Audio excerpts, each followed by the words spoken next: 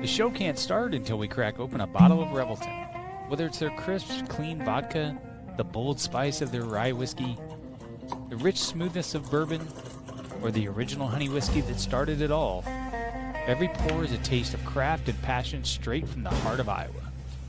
So pour yourself a drink, settle in, and get ready to relax, laugh, and enjoy the show.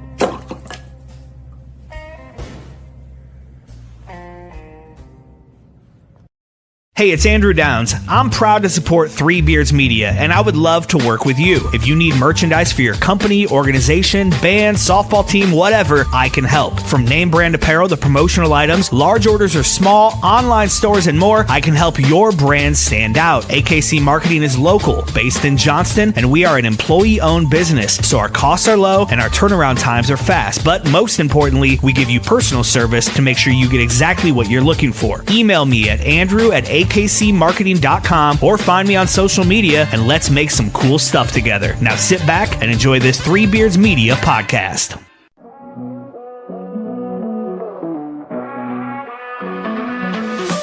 Back up, bags hit the road again. 2 mics, 1 train, and a long time plan. From the bright lights flashing down in Old City City to a 2-train minimum in the town so great. Punchlines fly on the interstate. Truck stop, coffee keeping us awake. Midwest roads, yeah, we know them well. From Des Moines to Chi, got stories to tell. Late nights, bright lights, open mic fights. Killing on stage, then it's back to the flight. From the cornfields to the Vegas Strip. Ain't no state where we don't fit. Billy and Willie's workshop, welcome inside. Where the jokes are sharp and the laughs collide. From the neon glow to the small town dive. Comedy's the road that keeps us alive. Billy Orns at the corner bar, where the punchline hits like a shooting star.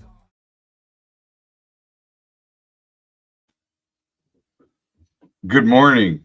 Good morning. So hello everybody. You really need to work on your opening. We are. Of this show. Huh? You really need to work on the opening of this show. I don't, because I just think it's dumb to have like. I feel like we had this conversation the last time we had Ross on. I think he said something about how you need to work on like creating the opening of the show and just kind of flow into it and things like that. The opening of the show just fucking played. It's time to start talking about shit.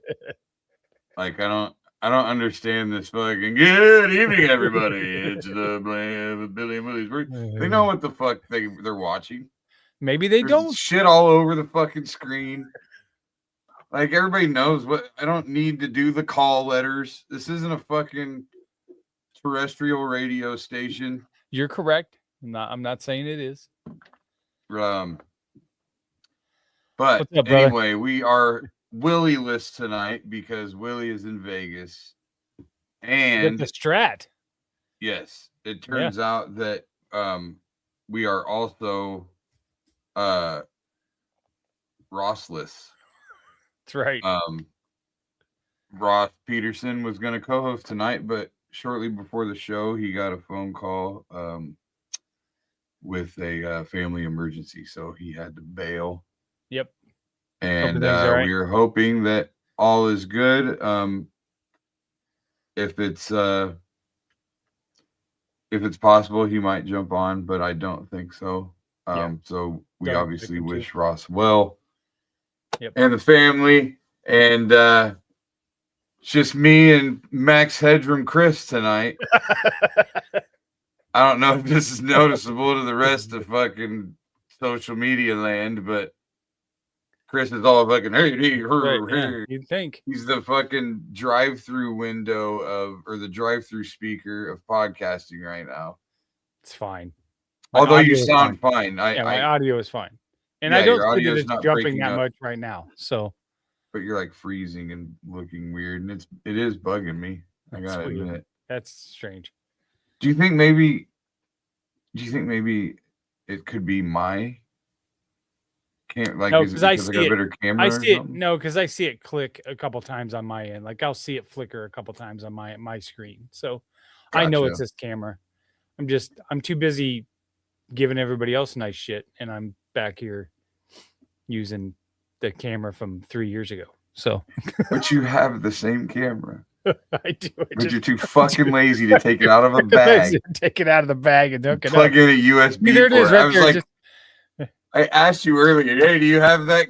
Why don't you? Are you using it? Oh, it's packed up. Packed up it's literally right here. It's within arm's length. I could unpack it if I wanted to. I'll try to unpack it during the break. I'll try to. No, see, you say unpack it as if there is unpacking involved. There is. I have to unzip it, and then I have to open up a sleeve that's Velcroed and pull it out. Motherfucker, yeah. It's a lot. It is a lot. I can tell. See, John says it sounds and looks fine. Yeah, and that's great. I'm glad. That's good. Thank you, John, I for appreciate the feedback. I'm still annoyed that Chris won't just put that fucking camera on top of his computer. I can't do it now. No, but I love how woe is me you are about it. I didn't say woe is me. I just earlier you were. Yeah, I was. Yes, I was. I was because then I have to pack it back up when before we were on the pack it back up for the next live event. When's that, in a month? Yes, I don't. That's the whole point. I just there isn't one. Bag and go. So there isn't a live event scheduled yet. No, I don't have anything scheduled yet. Yet you have the fucking bags packed. Correct. Because I keep everything packed in there. This actually might be you because you were frozen there, so it might be your internet. Yeah, it could be if it looks and sounds. John said, of course, he's got bad. I don't know what that word is. Tinnitus and failing eyesight. So, I think isn't tinnitus an ear thing? I just said I don't know what that word is.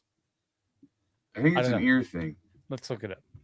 Oh, maybe that would make sense because he said he could hear fine. So, yeah, is the perception of noise, such as ringing, roaring. So there you go. Yeah, see, now your sound is up. Just use regular words. Don't use fancy words that I don't know. I know you're new around here, but I'm not very educated. John is not new around here at all. New around me. John's watched pretty much every fucking show. Yes. Between him and Rev and Denny and John Bush. Hey, do you have, speaking of which, holy fuck, Saturday night, the lady that had the history of China hutches. Yes, I have that clip.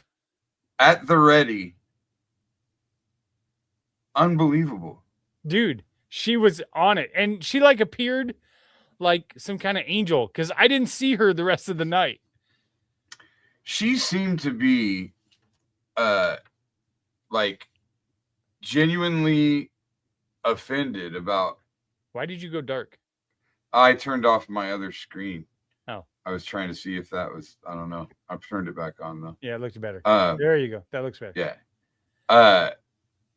She seemed genuinely offended that we were making fun of China hutches. Yeah. Yeah, she was. But then with her whole history of the China hutches, that had nothing to do with whether or not. It frankly made me hate them more. Yeah. Now they're just uppity. That's what they are. Not only are they useless. No, they're not uppity. They're actually the exact opposite. But here's the thing. She actually touched on something that is I think without realizing it, it all encompasses the way trends work. Yeah. The way things happen in society where rich people decide they like something. And so that becomes a thing within that world. And then now poor people try to find a way to flex that thing. Right. Until finally it becomes cheap enough that everybody can have one. And the rich people have moved on. Right. The reason there's a million China hutches is because everybody wanted to seem affluent. Which, when I looked them up for the last 2 weeks now, I get nothing but China hutches in my algorithm. When I'll go check Facebook Marketplace, it's like 5 or 6 of them pop up. And of course, I got to click on them because I got to see what's in them. Do you have the one that Willie sent us? I don't remember what one. It was in our chat. Let me go look. Willie sent us a fucking China hutch that was in some house that. Oh, that's right. That they were flipping. Yeah. Yes, I got it right here. Yes. Here's a question. Does a brand new China hutch exist in the world? Oh, I'll bet it does. I'll bet we could buy one somewhere. Is someone still there's no fucking way. There's no way there's a market for brand new China hutches. I'll bet there is. Hold on. Let me send these to my computer. Probably rich people. Yeah, rich people right. Buying brand new China hutches. Yeah, they're getting rid of these old ones and they're getting fancier ones now. That's what's happening. So, all right, let's see. A modern day China hutch just looks like an entertainment center. A particle board entertainment center. With China Wayfair has China cabinets and hutches on. Sure enough, dude, these things are freaking outrageous. Fuck out of here. Yeah, $4,000 for one. Of course, Wayfair is not very good. They're $4,000 because they only sell one a year. Right.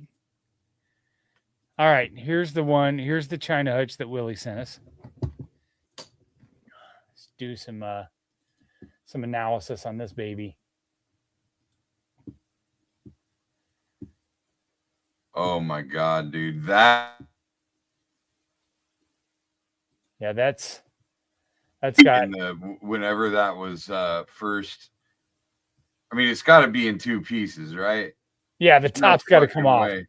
Yeah, the top's got to come off, then the bottom. Your typical plates, the dusty plastic plant that's up top is there. I can't. You can't. Yeah, Sorry. I'll have to. No, I uploaded it instead. Let me remove it and let's share the screen and then I can zoom in on it.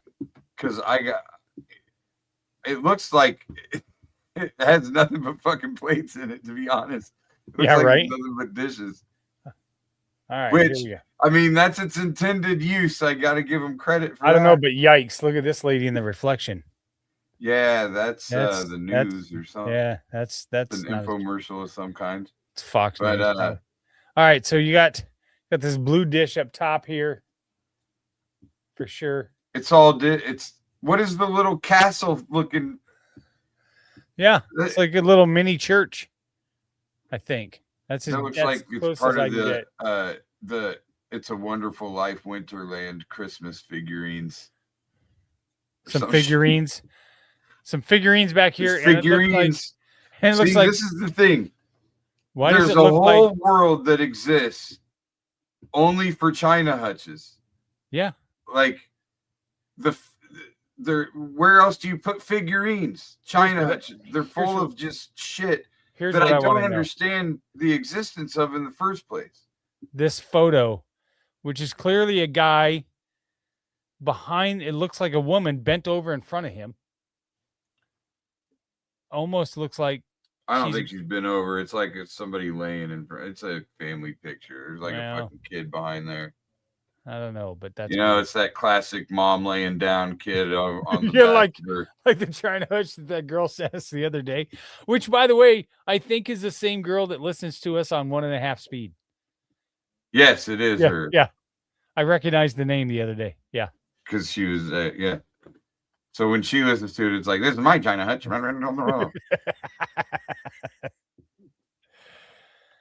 Look at here, there's a blue dish inside there, and look at another stack of dishes. When she listens to us, we just sound like fucking 40s gangsters. Right. Listen here, you silly dame. You can't listen to us that fast. And then you've got the boxes, I guess he's flipping this house, so. Ooh, and guess what? They're flipping the house, which means what? They're going to put that on Facebook. Someone's moved out. Yes. Someone has moved out. Yep. And they left that fucking thing. Yeah. And all their important treasures. I would venture to say that the most wasteful spending accumulatively on planet Earth is China Hutch related. Well, it's China Hutch related. My wife is going back to Harlan. She's going to her dad's house, and he's got a complete built-in China Hutch into the wall. This thing's built into the wall. And I told her to take some reconnaissance photos. We're gonna dive deep into that one. There's a built-in in my dining room. It's not gaudy like that. Here's the other photo that got sent to our group chat, by the way. Let's talk about this. Yeah, baby. Me and my dog and my wrestling buddy. Yeah. That is how a man sleeps at night right there. What's funny is the Ultimate Warrior's expression just never changes. No. It's nothing but excitement. He's happy to be there. He's happy to be there. Look at him. What a guy. You know what's funny? Here's what's really funny. When did I send that picture? Like I sent it the next night, right? Yes. I sent it like Sunday night, right? Yeah. You gave that Saturday. I sent it Sunday night. He's still fucking in that same spot. I haven't moved him. I completely just left him there. So it literally is like I'm sleeping with my wrestling buddy right now. Oh, that's funny. Did you ever sleep with anything growing up? Trying to think. No, not really. Besides your sister? Yeah, they were out of the house. They were out of the house. No. No, I did not actually. Nothing? Come on. Not even a fucking little teddy bear, nothing when you were a kid? Nothing? No, but since we've told embarrassing stories, you clearly had sex with a wrestling buddy in practice. I dry humped the wrestling buddy. You guys act like I fucking took my dick out and had like a hole cut in him and was just like literally fucking him. I was a child. That's the impression you gave. How old were you?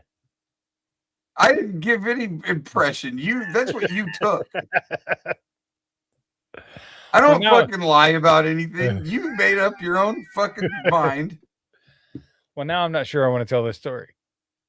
Oh, you are telling this story. So, do you remember the old lightsabers, the plastic lightsabers that were literally just a hollow tube? And they retract. Yes. Yes. Oh my God! How far up your ass did you stick that thing? No, it's not. It's not what happened. Oh. But I did lube the hole up and would use that as. So, yeah. Use that as what? I think we get the point. And, so when it was all the way in.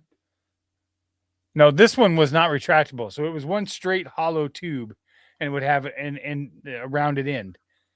And you could unscrew it on the bottom of it. You could unscrew it from the handle and just pull the colored tube out. Did you fuck the handle or the tube? The tube. Went through a lot of Vaseline. Oh my God, I'm so happy. You finally fucking admitted some of your sick childhood fucking grossness. Oh God. I knew it.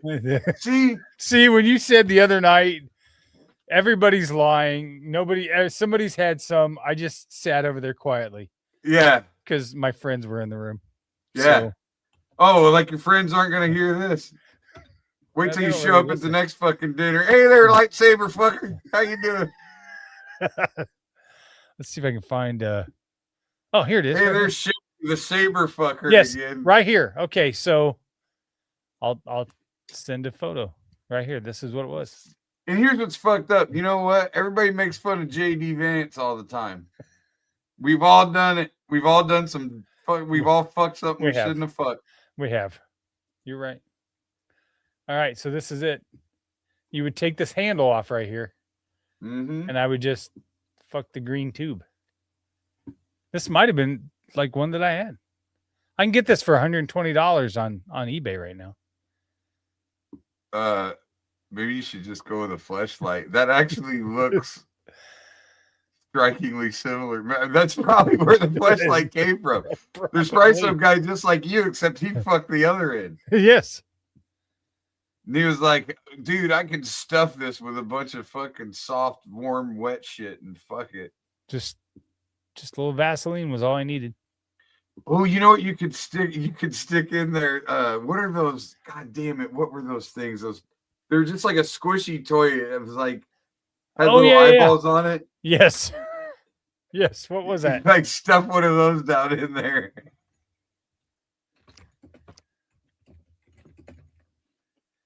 I'm a little worried about. Oh, here we go. These things, they were like little water snake things. I'm a little worried about your hard dick fitting inside that tube, dude. Well, I mean, okay. Jeepers. John with the comment of the year. You're definitely. You were Han Solo. Han Solo. That's right, Chris. I'm just so glad that you finally fucking. Yeah. You know what the beauty of this is, though, is that I'm not cutting this clip, and Willie will never know about it. So, because he doesn't listen to our show. So, no, but Willie will hear about it on next week's episode. He won't believe it. He won't believe it. You froze up again. I think it's your computer. I think it's you. I think that fancy new camera has you all messed up. It might be. Maybe I got it. Now you need a new computer to handle that new camera. That's what it is. It might be that the camera's too good for StreamYard. No, because it doesn't have any problem when we use it anywhere else. So I guess. All right, let's talk about this. I don't know. We'll figure it out. Let's talk about this murder that got solved today, apparently. Yes. Murder. We are now doing a true crime podcast. Well, we got to talk about. We have a retired lawyer as a loyal listener. We do. Mr. John Burns, who's been commenting. Oh, I didn't know he was a retired lawyer. I had no idea. He is. I'm not sure 100% his practice. I think he worked for the public defender's office. I think at some point. Anywho. Yeah, so Ashley Oakland murdered 15 years ago in a townhome in Waukee. They arrested somebody for first degree, which tells you it was premeditated. Mm-hmm. So how do you think they're pulling this evidence? John was a public defender for 25 years. There you go. Bam. All right, John, feel free to chime in on my theories here, sir. Now, I made a couple phone calls because, we all have that chick in our lives that fucking finds out everything about everybody in 5 minutes. I swear to God, every white girl over the age of 40 should be a private investigator at this point. Every fucking one of them. It's ridiculous. The amount of shit they'll fucking dig up and find out within minutes just because they're nosy bitches. But I wanted to know, so I'm a nosy little bitch too. I think this is initially nosy worthy. Say what? I said I think this is worthy of being nosy. I mean, I've been snooping all night. So initially, the first thing I found out is I guess now, in her current form, she's a mortgage lender, right? A broker, I think. I think it's a title company that she works for. Oh, okay. So she works for a title. Anyway, she is in the industry. Yes. Right? Yep. So I did have a theory originally. Okay, so she works for a title company. That means she has nothing to do with the money. I mean, she does, but she more so has to do with paperwork and I mean, funding, I guess. I mean, she has Right. to do with the money, but she doesn't have anything to do with like So the she amount did that work. anyone makes. So to clear, according to her LinkedIn, she worked for a company. She worked for the same builder that Ashley was currently selling those townhomes for At the time. And then, so she died. When did she get murdered? Ashley Oakland was murdered. This is an arrest. It's not a conviction. Correct. That's the other thing that annoys me about social media is right away everybody's fucking, oh, I knew something was up with this bitch. Yeah. Whatever. Yeah. Like, you don't know shit. April 8th. Okay, so almost exactly 15 years ago. She was murdered on April 8th, 2011. The alleged left in November of 2011, left that job. And she was murdered when? Say that again. April 8th, 2011. And then the alleged murderer left in November of 2011, and then worked for a escrow service company as a title closing processor until 2019, and then moved to the current job that she's in as a title officer at this title and escrow company. So she actually got promoted, it looks like, at this escrow company. So yeah, she's probably just putting HUDs together and setting closings and fucking whatever. But okay, so knowing all that, my opinion is somebody was fucking somebody. They weren't supposed to be fucking. You said you found her Facebook page, pictures of her with her kids. Was there a man? I think that is the alleged. Yes. It's kind of hard to tell. What's that? No, on her Facebook. On her Facebook, was there? Yeah, it's the same name. Well, so the indictment has her name as Kristen. Her LinkedIn is Chrissy, and Chrissy. Her Facebook page is Kristen. I wouldn't kill anyone. But this looks like her. Chrissy doesn't kill people. Kristen kills people. Chrissy does not kill people. That's right. That's right. Speaking of Chrissy, there's the propaganda start. Going to bring up a whole nother conversation we're going to have later. Yeah, because pretty soon her name's going to be Christy something something. They're going to include her middle name once she gets convicted. Well, yeah, all murderers have middle names. It's going to be fucking like Edgar Allan Poe. No, wait, that's not right. That's an author. But she wasn't. Yeah, it's just funny to me how they don't refer to her as Chrissy. Like if I got arrested for murder, do you think they'd call me William? In the fucking no, you're Billy. Yeah, Billy sounds like a killer. Yeah, they'd say Bill probably. Maybe. I don't know. I guess it would depend on who wrote it and if they gave a shit who I was or not. Like, yeah, if it was somebody that didn't care about who I was, they'd probably call me William. So this, if it was like, I just can't tell if this is the same. They'd be like William Frederick. It kind of looks like him, but anyways, as I scrolled through here, yeah, a lot of family, obviously, photos and happy memories. I just want to know if she's been married longer than the murder taking place. It's hard to tell. I don't have access to the dark web.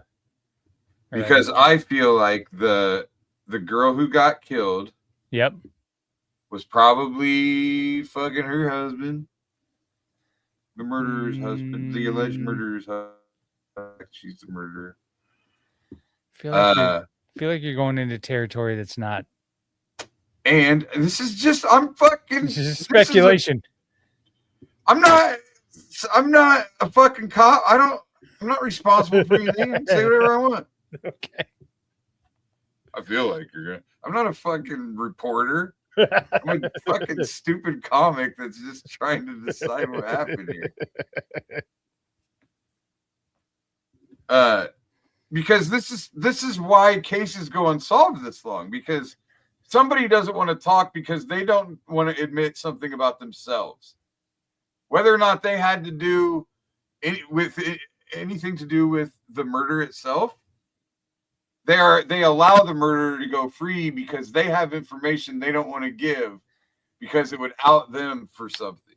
Here's where I wish we could just call Paul, because I have a couple questions. Like, not that he could answer this specific case. No, but he would be able to answer our questions about how do you find this. But like, okay, so let's say, like, usually stuff like this, there's some sort of DNA that ties it in after years and years ago, right? Like, that's right. Got to be. I don't even care. I do. I want to know. Here's what I want to know: why she killed her. I just want to know the why. Of course. I want the motive. I'm speculating on the motive. I'm not speculating on whether or not anybody killed anybody. I am speculating on this particular person. If this person that got arrested did it, this is why I think I'm doing the fucking OJ If I Did It book right now. Okay, so that's what I'm doing. Okay, but you're saying sex. I think that's your Chris, how many times have I told you this? Almost everything boils down to money or fucking. Almost everything. So my other option is money. Like, do you think there Correct. might have been some and I don't think money there? was involved. I don't think money was involved because she works for a title company and she just worked within the same company that girl worked for. If she were like a mortgage lender or another realtor, and that girl was somehow fucking her out of deals, right? Like maybe she was pre-approving some people for loans, and then they'd go to her as a real estate agent, and then she'd send them somewhere else to get their loan, or something like that. Yep. But that's not what happened here because she wasn't involved in that way. She wasn't involved in the money except for at the closings, right? Yeah. And so there's not going to be any money exchanges between the realtor and the closing agent, any of that stuff that's going to be in any way, shape, or form a reason that the closing agent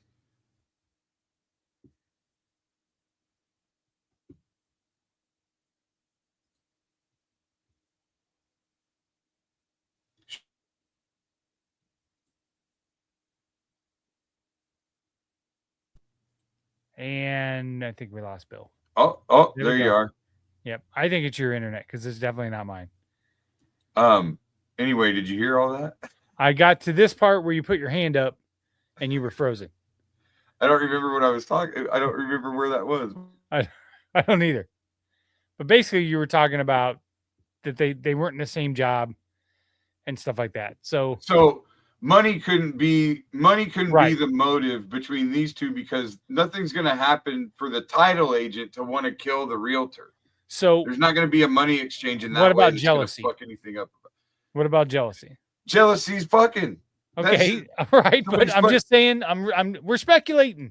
Yes. So okay, I'm saying so I'm asking because there's a conversation going on in this Reddit stream right now that the woman would have been in her late 30s and maybe jealous of a successful 27-year-old younger lady. And somebody said it's ridiculous to think that it was due to jealousy simply because of her age. And this person said, I never said that was the only reason. It could have been any number of things, but age most certainly could be a factor. Many people hitting middle age get jealous of younger professionals. It's a pretty constant thing if you're in a business. Look, this is all speculation. So thoughts on that?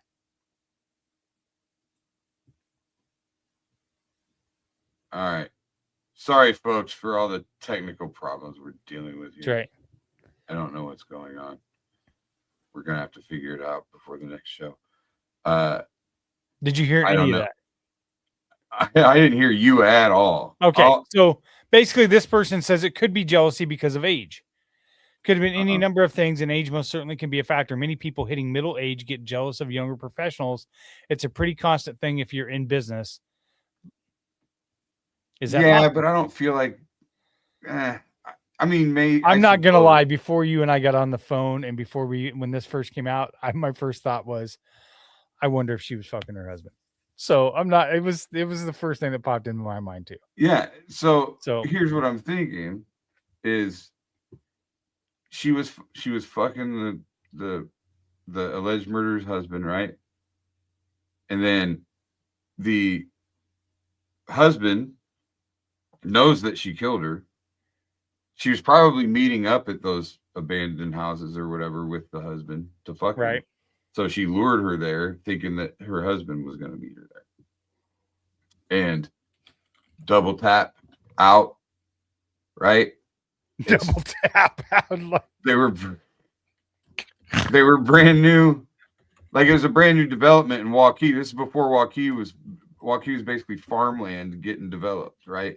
So there's no one around. These are just empty places, right? Nobody's noticing the comings and goings of anything, right? Right. Just construction workers, yada yada. So anyway, somehow she fucking knew she was going to be in one of those houses. And my guess is that the husband probably knew that she did it, or at least somehow, I don't know. But the husband doesn't want to admit to the affair. Yeah. So because her husband doesn't want to admit to the affair, now you can't. Or the cops have pretty much known this all along. They just couldn't get anything concrete enough to see. arrest That's what I kind of think too. Like, remember, I mean, that's probably the most likely scenario. Remember the conversation that we had with Paul where we were talking about that one case, and he's like, "Oh, we know who did it. We just knowing who did it and being able to prove who did it, right are two different things, right? Obviously. Yep. And we're probably all, further away from the truth than we think we are, but right. I mean, the reason everybody does everything fucking good or bad comes down to money or fucking. Just you can tie it. You can tie everything. I'm checking 6 to see degrees of separation to money or fucking everything. I'm checking to see.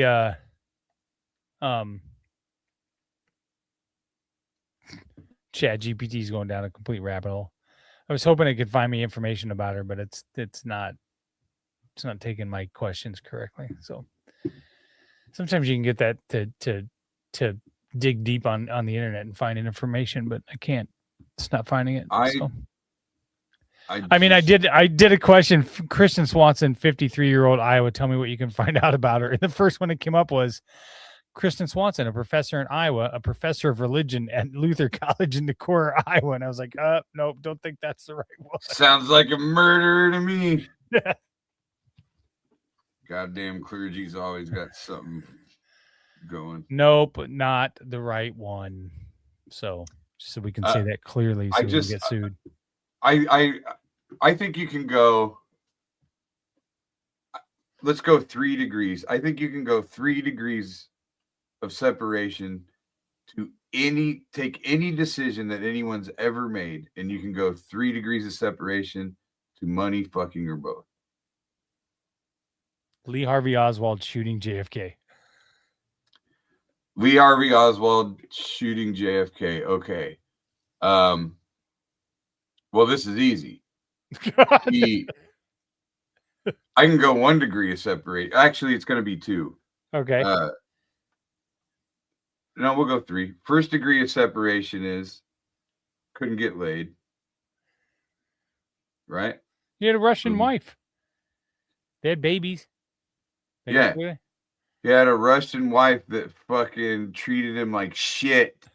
It's true. That bossed him around and emasculated him all the time. Okay. Money.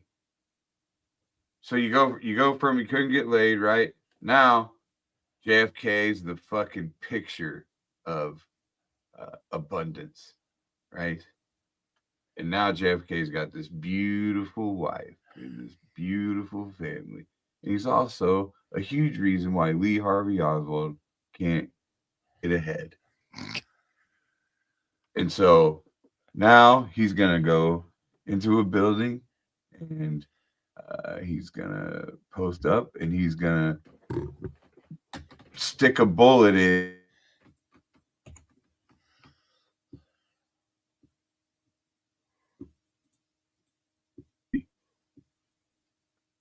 because he thought he deserved that. Boom, 3 degrees. 3 degrees. I'll take it. Both, actually.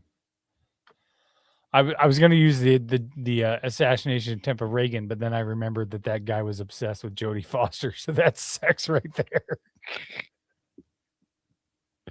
And OJ doesn't count. That's sex. It either has to do with somebody you're fucking, somebody you want to fuck, or not being able to fuck at all. There's no other reason to murder somebody. I'm just saying you can go 3 degrees of separation. Okay. From the murder to those. It's somebody you're fucking, somebody you wish you could fuck but can't, or just not getting fucked at all. Just not fucking at all. It's one of those 3 things, like ripple effects. Always. I mean, I'm telling you right now, this theory cannot be debunked. Give me anything. Give me the fucking most simple. Just throw any fucking thing at me. It doesn't even have to be a real decision. Just throw a thing in the air. Just yell out an inanimate object. I don't even give a fuck. Give me something.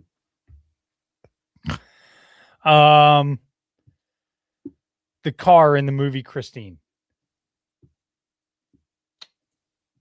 Why that car exists? No, you just yeah. The guy got the car so he could get laid. Okay, that one was too easy. John with the maybe April 8th was Good Friday in 2011. It was some sick crucifixion reenactment. It's just speculation, people. Is that the murder he's talking about? I think he's talking about the murder of that poor woman. We should not be laughing about this. It's not something we should be laughing about. But wait a minute. So crucifixion, was there something? Was she like laid out? I don't think so. I don't know. Or is he just like fucking around? I don't know. Let's look up the cold case file. Yeah, because John probably knows a little bit about it.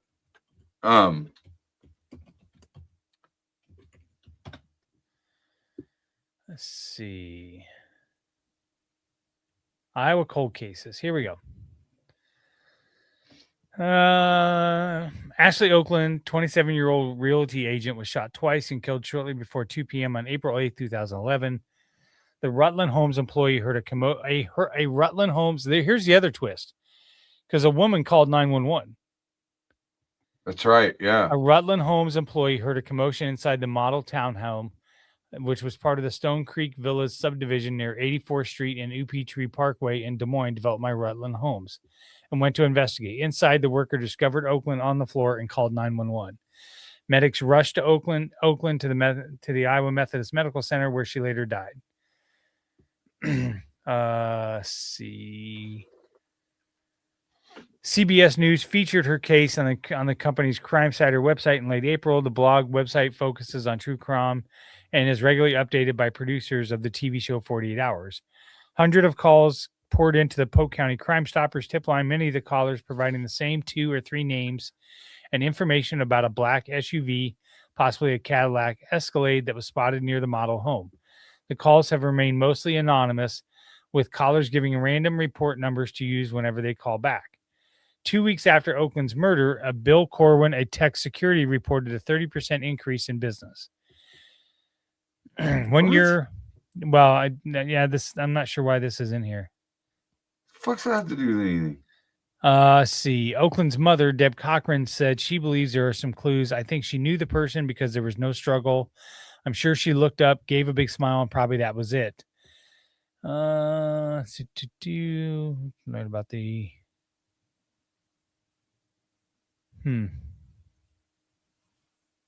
Yeah, she was fucking with you. Yeah, there's nothing in here about interesting though about the SUV and the Escalade. I wonder if that chick had an Escalade back then. Black Escalade. Well, that's probably gonna come out. Yeah. Oh, for sure. All right. What do you think? What do you think the evidence was that made him get her? I think it's got to be DNA of some sort. I think it's circumstantial.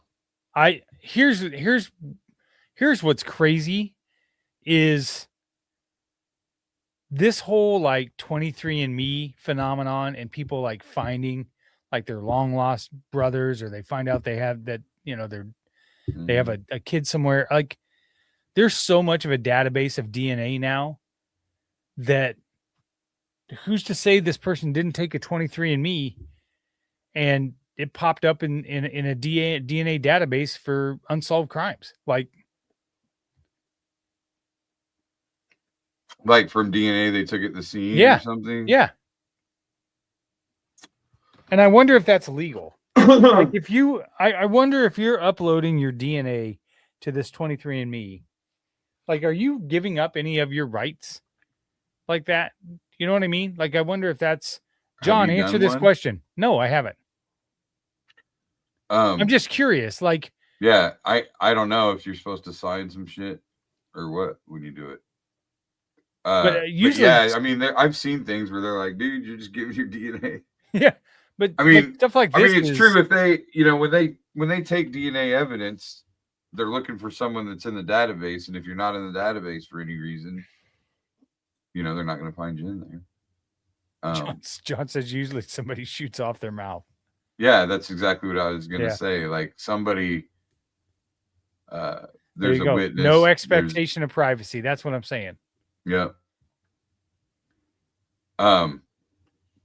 So I agree with John. I think it's circumstantial. I think somebody came forward that knew something that didn't come forward before. Yeah, but then I'm sure they probably did, but then they had to dig and actually find the evidence to back it up. Like they're not charging them first degree without more than just if there's someone that she's admitted it to, like she's probably confided in someone in some way. Yeah. Or someone found something, you know, something in her house. Somebody found something. Denny, what if they were in a relationship? Oh, the two of them. That's another thought. But John thinks maybe the husband squealed. Maybe the husband finally got. That's what I'm saying. I think the husband knew the whole time and he didn't want to reveal the affair. Man, I don't know how you. Because the husband's like, look, man, I got two chicks I'm fucking with here, and now one of them's dead. I think at that point you got to come forward. Like your wife just murdered somebody. It's not like you're going to worry about the marriage breaking up at this point. Well, I mean, what do you think she's going to do to you if you file for divorce? That's fair. It's fair. You're right, Rev. She should have moved away. He didn't. There you go. See, you two are on the same wavelength, man. He didn't want to die too. I'm just saying, dude. Like, it's possible. I think the husband probably, or you know, usually it's like John said. She may have confided in someone. Somebody got pissed off and ratted her out. She pissed somebody off enough. Again, same thing that Paul said. It's like, all right, well, guess what? Guess what, bitch? You fucking killed somebody, and I'm gonna go tell on you. It's just like it's like a no honor amongst thieves things in a way, you know, where it's like, or maybe somebody's a good friend with her, and then after 20 years, like you grow apart, you don't see them anymore. The guilt starts to get to you, and you're like, yeah, you know, I probably should. You know what I mean? Like I've known this. It's the same way. It's the same way most drug dealers get busted. Somebody rolls on them because either they don't want to get in trouble or they get pissed off. Right. It's usually a scorned lover of some kind. It'll be some dude. Like you'll see it all the time. I mean, this is where our lives are so much different. But I just think it is funny to think about the things for me growing up, my 47 years of life, what's normal to me compared to what's normal to you. Like, I say things sometimes and you're like, dude, our lives are so different. And to me, it's just completely normal. I don't even know. That's what I absolutely love about our friendship. But it's so different. It's weird. We grew up so different. So anyway, you see it all the time. Some girl is enamored with the fucking, 22-year-old guy that sells coke and weed and drives an Escalade, and he's fucking pretty and clean all the time. And she's all into that dude. And then she catches him fucking somebody else.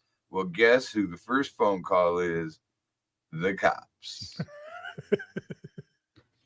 Hell hath no fury like a woman scorned. That's true. That's almost. I think you're right. It's just like most home invasions, like people were talking about. That's one of the big gun lobby deals, right? Yeah. Is protecting your home. Most home invasions are fucking drug dealers, dude. Chris fucking Shipley his home's not going to get invaded. Nobody's coming to your house trying to find a fucking thing. Especially nowadays. Nobody has any cash. No. Guess who has cash? Right. Drug dealers. Nobody fucking busting into a house. You see it all the time. Some dude's like, oh, there's this home invasion. And it's always nobody fucking goes into Glen Oaks and does a home invasion. How come there's no Glen Oaks home invasions? Nobody's doing a highway robbery in West Des Moines. Yeah. There's never a home invasion in Grimes. I don't understand John's comment here. Some coworker of the shooter is out drinking with Parisic, and here's something I bet you guys don't know. Oh, that's how they confessed. Yeah. I got it. All right, we're gonna take a break. I've got I've got an interesting question to ask you. For some reason you've been chomping at the bit and teasing this all night. No. Well, the AI bit was going to be good, but Ross isn't here. We'll still do it. But no, I have a couple Reddit questions, and then I have an interesting question that I just thought you would have an interesting perspective on about 70s sitcoms, because I've introduced Caitlin to a couple of 70s sitcoms, and we watched some of them the other night. And as I watched them, I was like, this is not good. So let's get a word from our sponsors from the AKC Andrew Downs Marketing Studio. Welcoming. Yes, go ahead. Real quick, I just want to tell you what Ross texted me. Okay. He's obviously out, but he's like, sorry, man, I was really excited to talk about Epstein and Trump Trump the pedophile and Ashley Auckland or whatever, and fucking Iran, bro. I know. I was looking forward to it too. It's gonna be a banger of a show. It was. All right. The one thing what sucks though, like I would love to find more people that hate watch us. Oh yes. Like, yeah. You'll throw a clip on TikTok that's fucking anti-Trump or something that was talking about Trump or something, and they'll talk about how dumb we are, blah blah blah. Like, I want to get the fucking hate watchers that call in live. And shit. I know, right? Just fucking pissed off. That's what I want. It's because they're chicken shits. They'd rather be behind a keyboard. Maybe because nobody gives a fuck. Yeah, that might be it too. It's just us, man. It's our world. That's all right. We're gonna welcome our new sponsor, Jenny Farrell, and keep it. That's right. Family. So we've got her, Creasman Foods, Iowa Beef Steakhouse, Kyle Lehman at Wintrust Mortgage, Revelton Distilling Company, and Styled by JG Boutique. And we'll be back, and then we're gonna finish up. Buying or selling a home is one of the biggest decisions you'll ever make. That's why choosing the right real estate team matters. The Jenny Farrell team with RE/MAX Concepts has been helping families across the Des Moines metro find the right home since 1998. Born and raised right here in the community, Jenny understands the neighborhoods, the market, and what truly makes a house feel like home. Whether you're buying your first home, upgrading your space, or preparing to sell, the Jenny Farrell team provides expert guidance every step of the way, from market analysis and listings to negotiations and closing. Their consultative approach means you'll feel confident, informed, and supported throughout the entire process. Jenny Farrell Team, RE/MAX Concepts. Call or text 515-779-7500. Visit jenniferfarrell.remax.com. Experience you can trust. Results you can move into. Right here in Iowa, we don't mess around when it comes to food. Creasman Foods is raising the bar on frozen pizza. Bold sauce, loaded toppings, and crust that actually holds up when you grab that second slice. This isn't just another box in the freezer aisle. This is Iowa-made pizza, built on real food service experience and brought straight to your local grocery store. You can find Creasman Foods at Hy-Vee, Fairway, and other local retailers across the state. And if you don't see it, ask for it by name. Because if you're already buying frozen pizza, you might as well buy one that brings serious flavor to the table. Creasman Foods, Iowa-made, big flavor, no shortcuts. In the heart of Des Moines, one name has stood above the rest, Iowa Beef Steakhouse. Step inside, and you enter a place where tradition still matters, where the atmosphere feels familiar, warm, and unmistakably Iowa. Service isn't rushed, it's personal, attentive, and rooted in genuine care. And before the main event, the freshest start in the city, our signature salad bar, crafted every single day. Then comes the reason people have returned for generations. Iowa beef, hand-seasoned with pride. Guided by flame, forged by heat. This is where flavor becomes legend. Served with the same care it was crafted with, a meal meant to be remembered. And whether the night calls for bold, smooth, or something in between, our bar offers a selection as rich as our history, including the old-fashioned we've become known for, balanced, timeless, unforgettable. And long after the fire cools, the glow of this place stays with you. Iowa Beef Steakhouse, 1201 East Euclid Avenue, Des Moines, Iowa, where Iowa comes for steak, done right. Gentlemen, let's be honest. Finding the perfect gift for your wife or girlfriend isn't always easy. You want something thoughtful, stylish, and unique, and that's exactly what you'll find at Styled by JJ Boutique. Julia Bradshaw and her team strive to be your go-to boutique for casual, boho, and chic clothing and accessories, helping women elevate their style one piece at a time.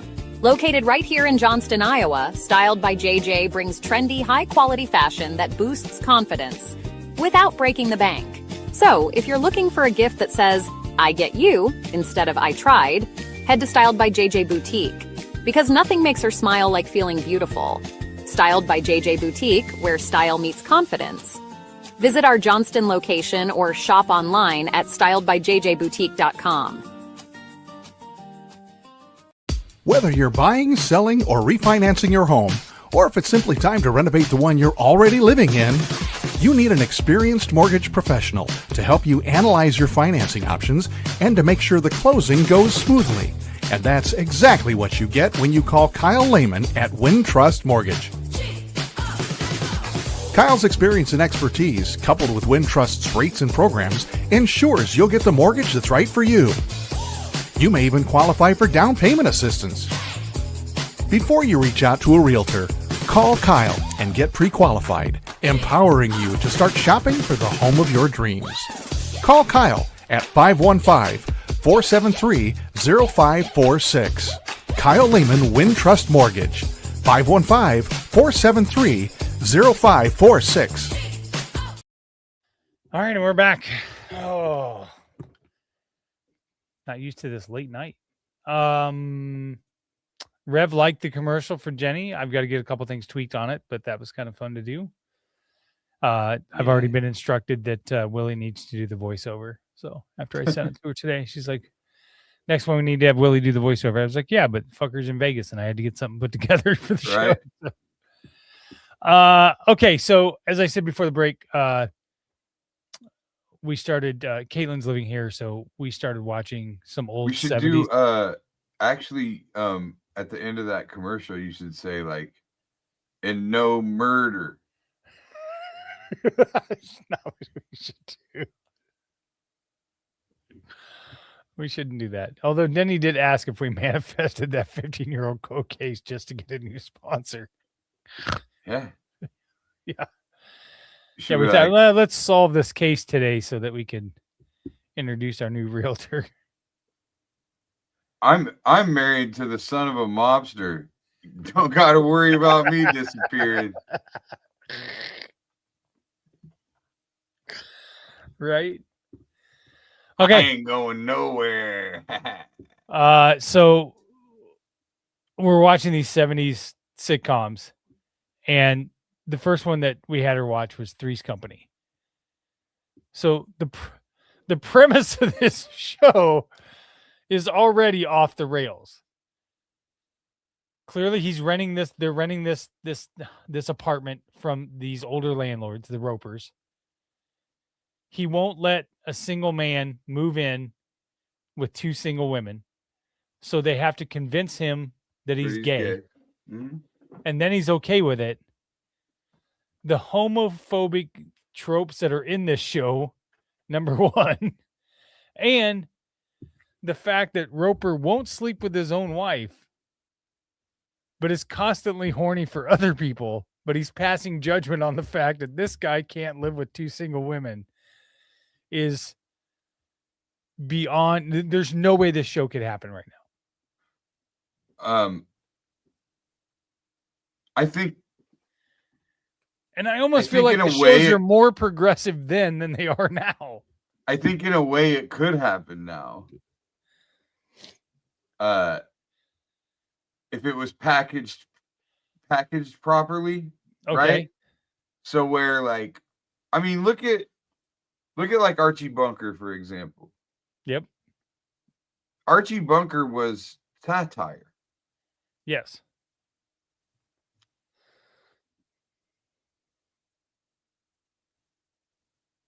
God damn it. This goddamn technical Okay, satire. Issue. Yeah. Yeah. Archie Bunker was satire. Like, I think that he was popular with a certain segment of the population because they thought he was a real person. Yes. Yes. But they agreed. The point of the show was to be making fun of a guy like that. Yes. Okay. And I think that if you did that now, you could pull that off. The butt of the joke would be the Roper. The Ropers would have to be the butt of the jokes. Well, I feel like Mrs. Roper knew the whole time he was not gay. Also, John Ritter, gay as fuck. What? No, he wasn't. Dude. Shut up. He was not. Okay. How much you want to fuck? You want to put a wager on this? How are we going to prove this? He's dead. Fucking Google it. He was out. No, he was not. Before he died, he was out. His wife was a beard. No, John Ritter was not gay. The American actor and comedian best known for Three's Company was heterosexual and married twice. I feel like you roped me into just talking. Yeah. God, I hate you. He played such a great gay dude. He did. His character in Sling Blade was so good. He was. That was the first time you watch him and you're like, okay, he can act. Yeah. Like it's not, yeah.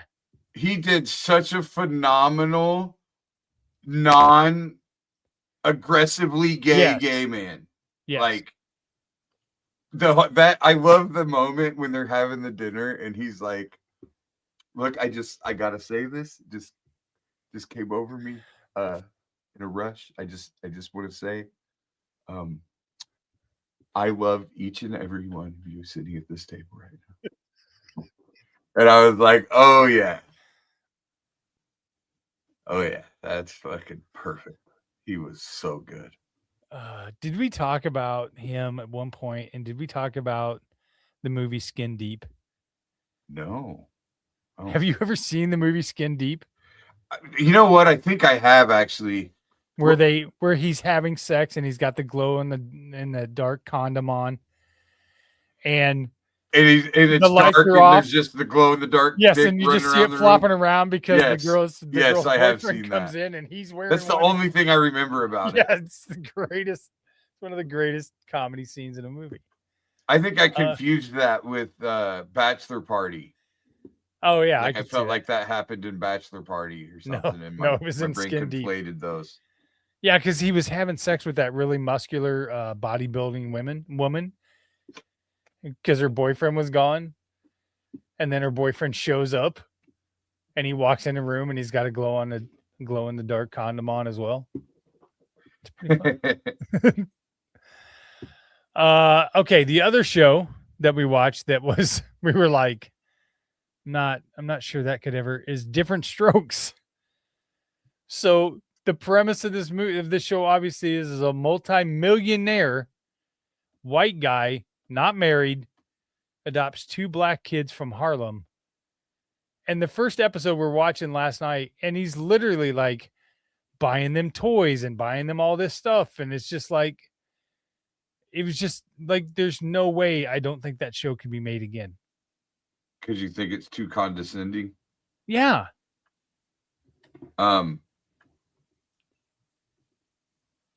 Well, I think that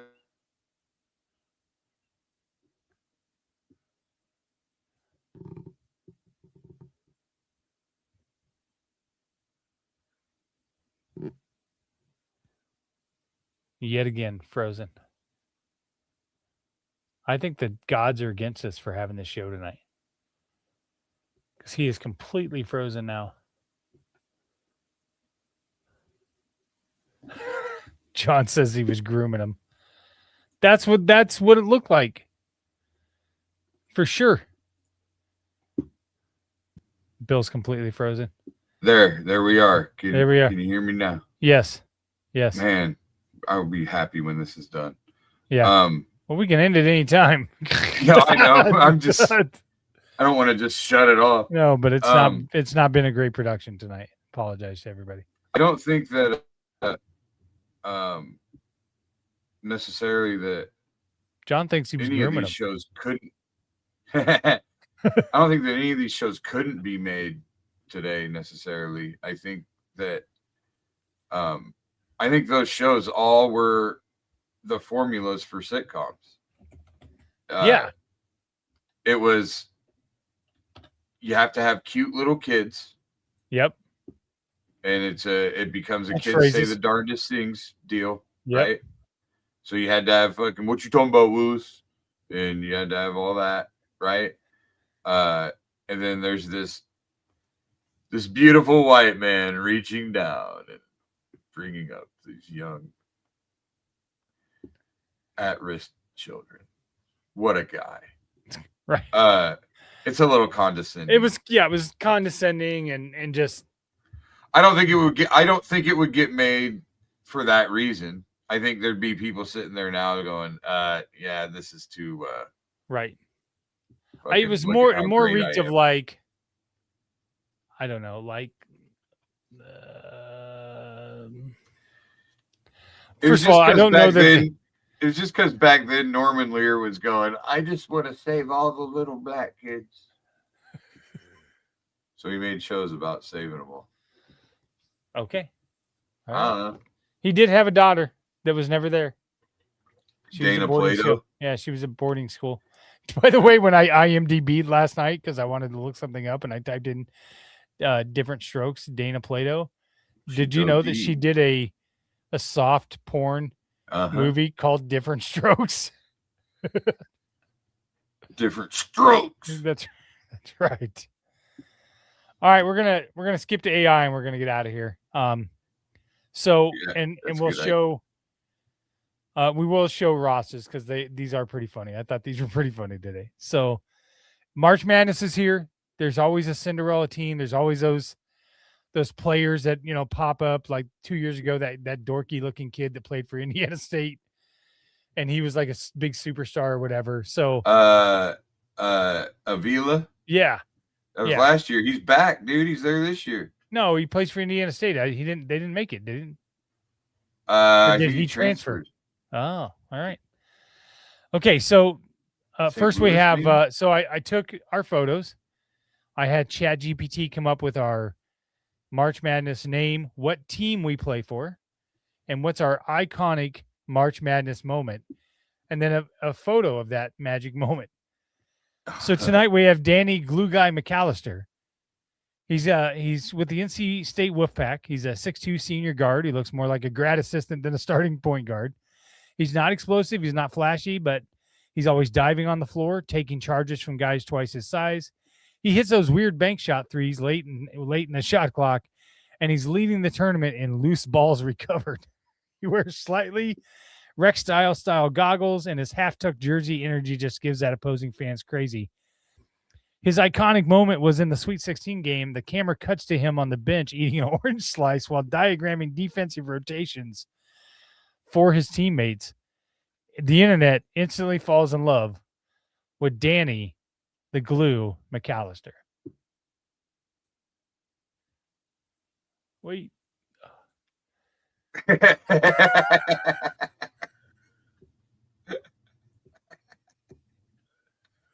I can't wait for Ross to see that. Oh, we'll clip this. We'll clip this. Next is he looks like a player coach in college, which is what we're going to end up with. He does. With fucking NIL. Yeah. There's going to be a 40-year-old player coach that has eligibility left. 100%. And instead of paying him a coach's salary, they're going to give him NIL money. Yes. Next is Victor the Line DeMarco. Plays for the UNLV running Rebs. He's a mysterious 31-year-old senior guard who seemingly appeared out of nowhere on UNLV's roster in December. No one is quite sure where he played before, but his official bio simply says previous experience overseas. Which overseas, nobody knows, and we never really get a direct answer from him. He doesn't warm up. He doesn't celebrate. He doesn't talk to the media. But somehow he always knows the betting line before the tip-off, when momentum is going to swing, and exactly how many points UNLV needs to cover. I can't decide if this is me or Willie. I'm pretty sure it's Willie with all the Vegas references. But his game is unusual, misses wide-open layups, then hits an impossible step-back three, commits strategic fouls at suspicious moments, and controls the tempo like he's running a casino table. Broadcasters start saying he plays the scoreboard and not the game. The round of 32, UNLV was favored by 6 with 9 seconds left. The Rebels are up by 7. He gets fouled. He steps to the line. His first free throw, pure. His second free throw, he shoots it perfectly. Perfect spin. Hits off the back rim. UNLV wins by 7. Victor, he walks to the bench, doesn't react, doesn't celebrate, but the camera catches him adjusting his sunglasses and whispering to somebody right on schedule. This, my friends, is the dime. The dime. Oh, where's it at? Fuck. Hold on. Oh, that's the wrong one. Hold on.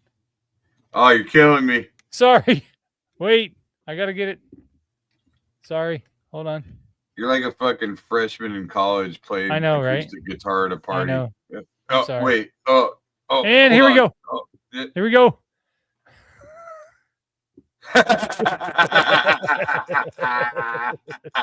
Well, that's with the fucking guy next to him.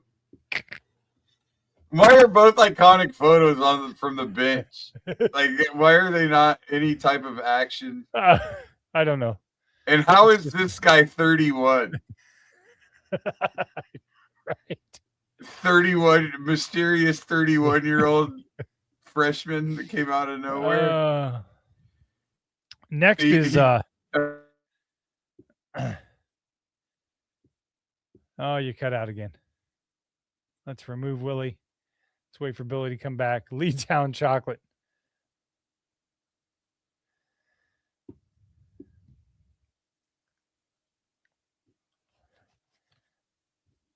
Billy's coming back. He's frozen again.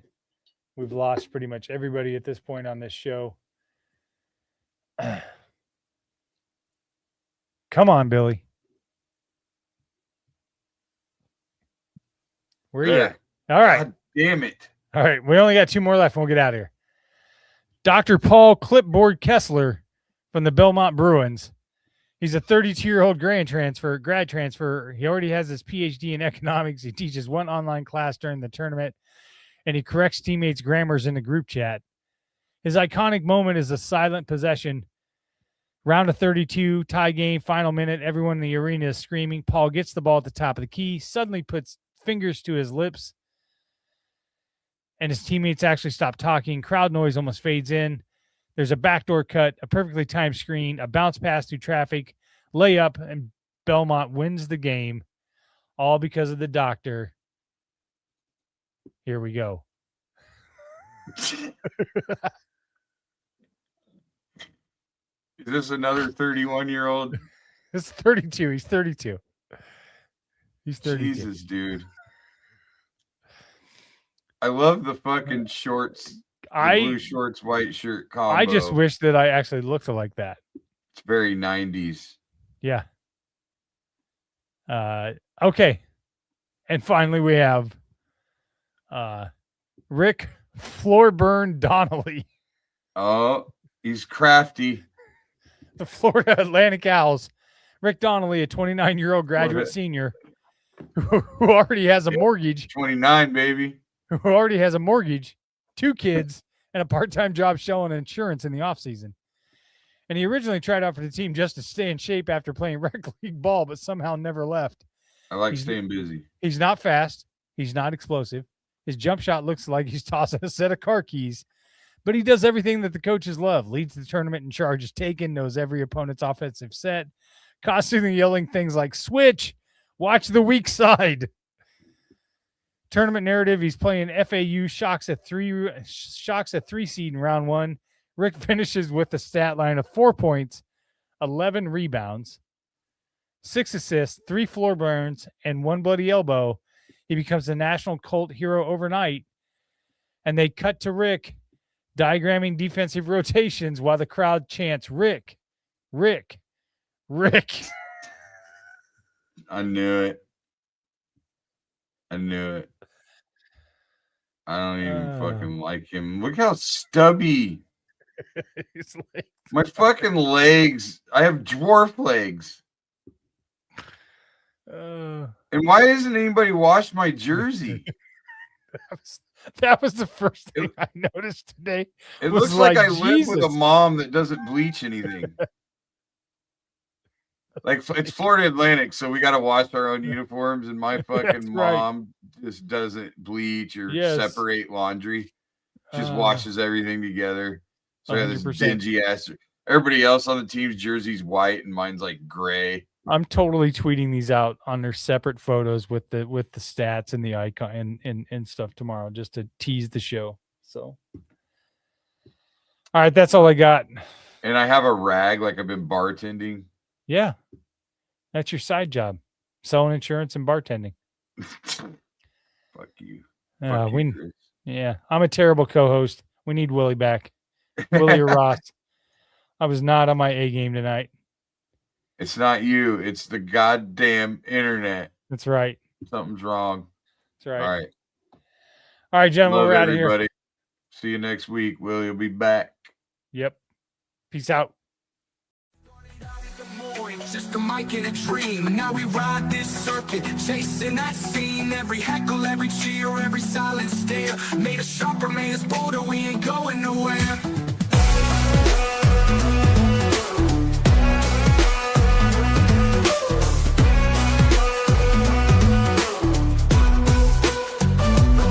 Billy and Willie's workshop, welcome inside, where the jokes are sharp and the laughs collide. From the Vegas stage to the I-80 grind, this comedy life is one of a kind.